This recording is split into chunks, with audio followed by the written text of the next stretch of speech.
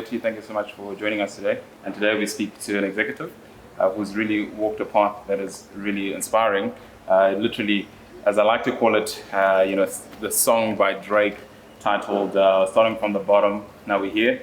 If you know that song, if it resonates with you, then for sure the story will resonate with you, because we're going to explore his journey from a personal level, and then we're going to focus on the organizational level to find out how he's handling things within the business here at Sun International. And I'm joined by Mr. Julius Ramotse, who is certainly the manager of hospitality at Sun City. So thank you for joining me. How are you? I'm fine, and you, sir? Incredible. So just talking about that song of Drake, starting from the bottom and to be where you are today, just explain to us how that's, what your attitude has been throughout this process.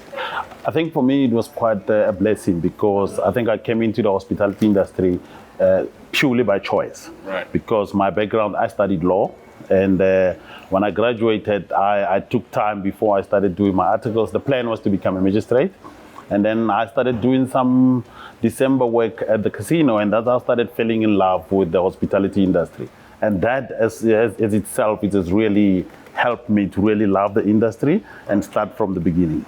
Well, you have over 20 years experience in the industry, which is very commendable. Shows a lot about endurance in many ways. I'm just wondering, from your perspective, you've had to pivot many roles in your 20 years in your tenure in business. What attitude have you had to embrace to sort of get through the pivots that you've had to go through in business? I was quite lucky, because my personality has helped quite a lot. But I've done quite a lot of reading, and then some of the books that really helped me quite a lot to really keep a positive mind and always see the positive in everything that I do. And then as a result, I managed to survive a whole lot of difficulties that I was exposed to. Absolutely. Positivity is something that we've had to do in 2020. It's been very difficult to stay positive, considering how the situation's been with COVID in many fronts, personal level, as well as, I guess, in business as well. But I wonder what has kept you going throughout the 20 years for you not to quit, or how have you dealt with that idea of feeling like you want to quit at some point? The only time that I felt like quitting was when I was quitting to get a better position. It wasn't so much of quitting and really dropping everything. And it's purely because, like I said, I went into this industry because I loved it. Yeah. And then it has never been a job for me. It's always been something that I like doing. And it was purely about improving myself and getting to the next level at all times. Absolutely. If you want to get to the next level, it's very important that you stay in part, as you say. I'm just wondering, from your side, you're the hospitality general manager, which is a big role actually, and wondering, it calls a lot of soft skills in the process, because you've got to have to deal with many people, different customers, different clients. Yeah. What's the importance of soft skills, communication skills? Being able to communicate, with other people. How have you developed those in your career? The hospitality industry is very reliant on people. And in order for you to get anything done, you're going to have to really rely on people. And that is why it's very important. People respond to motivation. They don't respond so much to criticism. And I had to learn to motivate and to encourage people. And that way you get what you want and what you want to achieve with the people.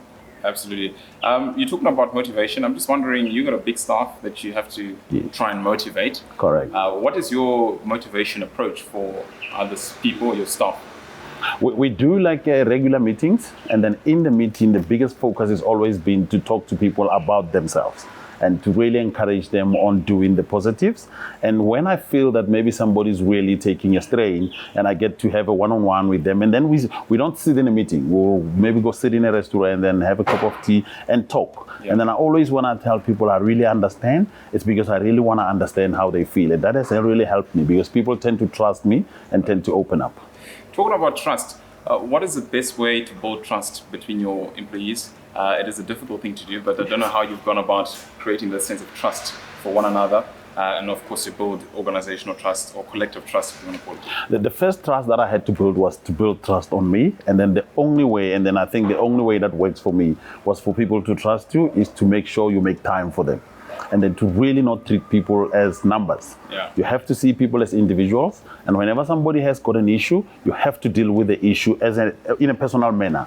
Do not combine people in a little basket and try and deal with them. And that has helped me quite a lot. Because people then get to open up. People know that when I really make time for them, it really, really means that I've really cared about them. And that has really assisted a lot.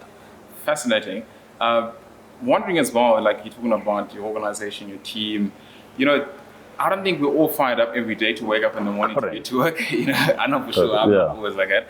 But how do you ensure that you recharge your team? Because they always have to be at the highest level of performance. Correct. Yes. How do you go about recharging their energy levels? What I've noted in the history, in the 20 years that I've been, I've never found anybody that leaves home saying today they're gonna mess up as much as they can. I think everybody leaves home wanting to do the best. Yeah. And it's up to us as the leadership to ensure that we stimulate that need and require, even if that need, it might be small, but you stimulate that need to make sure that you ignite it so that the person can go out there and do the best. So I make sure that I tap into the people's inner strength and use that inner strength to drive the energy for them to deliver. Incredible. What we've done as well in preparing for this interview with you, we spoke to a lot of students that are studying the field that you're working in right now, and we asked them for a few questions that they would ask you. Okay. And this one came from Jessica, who was asking that innovation is a key driver of organizational performance, and she's asking, how do you ensure that you are constantly innovating in this competitive industry of hospitality? In hospitality, you're going to have to read a lot. There's quite a lot of new things that come up every single day. But the best innovation team that you can ever have is to tap into the people's brains and inner strength. And that helps, because the more I talk to people, the more I open up to people, is the more they open up to me. And I always believe that when you talk to people, you get to learn one new thing every single day. And that's the focus that we focus on. And that helps when it comes to innovation and bringing up new ideas. Incredible. Another question was about emotional intelligence. I think emotional intelligence is difficult to develop, especially in a space where you're in, where you really have to make sure staff have high levels of emotional intelligence to treat, of course, the clients and the customers. How can a young person develop their emotional intelligence? I think the first key driver for the young people to develop emotional intelligence is for them to really understand what really makes them tick.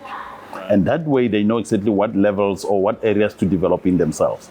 Because what at young age I learned that I was a very patient person, but sometimes I was tending to become very impatient when I'm hungry. So I knew that, if I'm hungry, I'm going to be very impatient and I'm going to not give people the time. So I know that I have to keep myself really fed and well taken care of. And then when people understand themselves, it's easier for them to understand the industry and then to understand other people.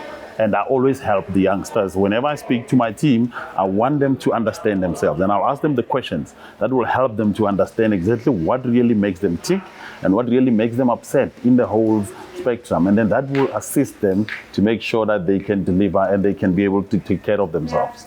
Wonderful.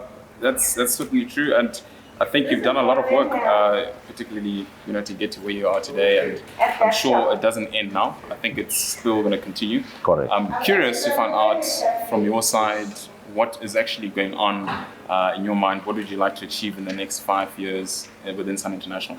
Within the group, my next point, I'm looking at probably taking over the whole of Sun City, and also taking over like a position in the group, and maybe the directorship position. And the reason why I want that position, or I would like to have that position, is because of what I have learned over 20 years, which I know that it will be of value to the business and it will be of value to the people that I'm going to be leading, because I know people can really associate with me and it helps, and then I can get people to really deliver at the highest level where possible. Yeah, sure, absolutely. Also, I just met you for a short while, and I can really tell the energy levels, and as well as just how much you got real good soft skills as well in your work. Just wondering, for a young person who's probably thinking they were looking for work, but the high unemployment levels are really high, and it can be quite difficult to find that job that you want.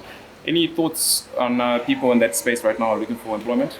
The biggest motivation has always been, if out of 100, one person is going to get a job, always see yourself as the one person. Never see yourself as the 99 people. And then I always tell young people that the minute you get from the universe what you give to the universe, if you get fear and doubtedness and all those things, that's exactly what you're going to get back. But if you start seeing yourself as the odd one, as the one that's going to be successful, then that energy will fuel you to succeed. And that is the most important thing that the young people need to start seeing themselves as the only 1%. If there's a 1%, count yourself in the 1%.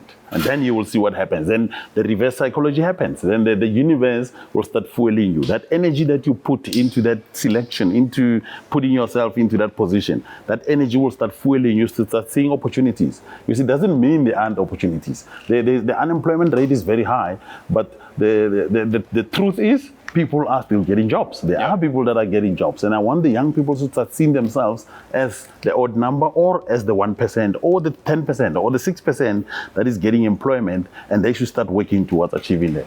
Incredible. That's very true. Thank you for that. It's certainly a shift in perspective. Thank you very much. Incredible. There you have it. That's certainly a shift in perspective. You've got to think of yourself as that 1% and the many other lessons that you did share with us today. I certainly appreciate your time. I know you're a busy man, so you sitting with me today is certainly a big privilege for me, and I appreciate it. Thank you very much. Thank you very much, really, for making time. Incredible. That's the General Manager of Hospitality here at Sun City under the Sun International Group, joining me for this incredible interview.